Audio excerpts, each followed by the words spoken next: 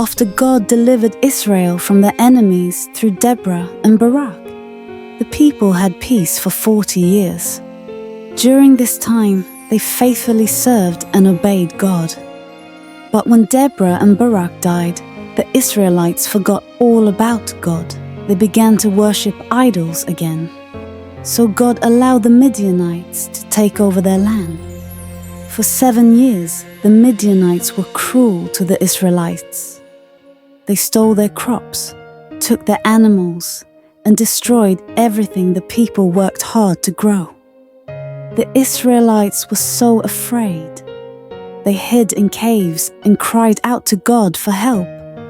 One day, an angel of the Lord appeared to a man named Gideon and said, "The Lord is with you, mighty man of valor." Me? But how can God be with us? Look at all the trouble we're in. Where are the miracles our parents told us about? Go in this your strength. I am sending you to save Israel from the Midianites. But I'm the smallest in my family. I'm not strong or important. I will be with you. You will strike down the Midianites as if they were one man. Gideon was still unsure, so he asked for a sign. He brought food as an offering, and when the angel touched it with his staff, whoosh! Fire came and burned it up. Then the angel disappeared. Oh no, I have seen the angel of the Lord. But God spoke to him gently. Peace be to you, Gideon. Do not be afraid. You will not die. And right there, Gideon built an altar and called it Jehovah Shalom, meaning the Lord is peace. That night, God gave Gideon his first mission. Destroy your father's altar to Baal and build a new altar for me. Gideon was scared, but he did it. At night, with 10 friends, he knocked down the altar and built a new one for God. The next morning, the people in the town were very angry. They wanted to kill Gideon, but Gideon's father stepped forward and said, "Let Baal fight for himself if he's really a god." And guess what? Baal did nothing. Gideon had passed his first test. Later, God told Gideon to gather an army to fight the Midianites. But Gideon wanted to be sure God was really sending him to save Israel. So he asked God for a sign.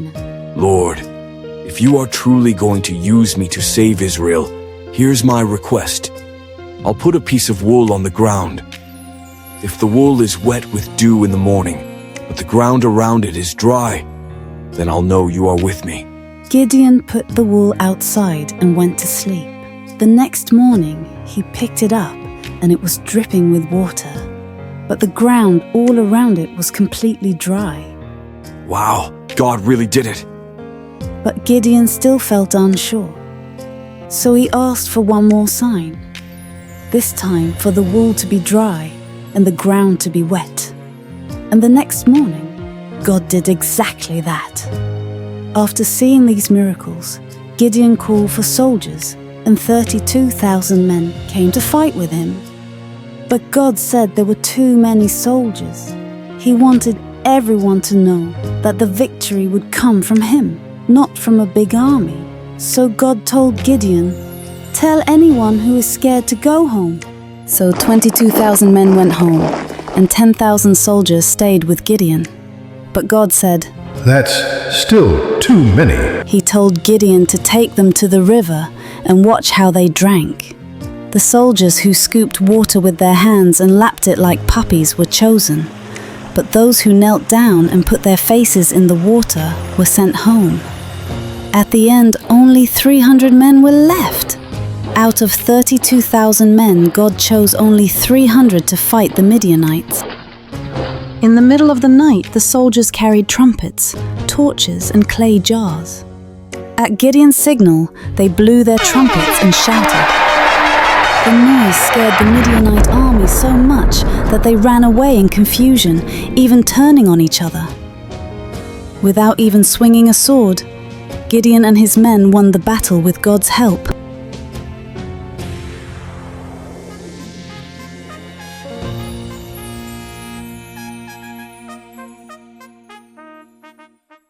Here are 3 important lessons children can learn from the story of Gideon. 1. God can use anyone, even if you feel small. Gideon felt weak and unimportant, but God still chose him to lead a big mission. This shows that God can use children too, no matter how young or shy they feel. If you trust and obey God, He can do great things through you. 2. Ask God for help when you're not sure. When Gideon didn't understand or felt unsure, he talked to God and asked for signs. This shows that it's okay to pray and ask God for guidance when you don't know what to do. 3. Obey God even when you're afraid. Gideon was scared, but he still did what God told him, like tearing down the altar of Baal and going to battle with only 300 men. This teaches children to be brave and obedient, even when things seem scary or hard. Choose faith, not fear.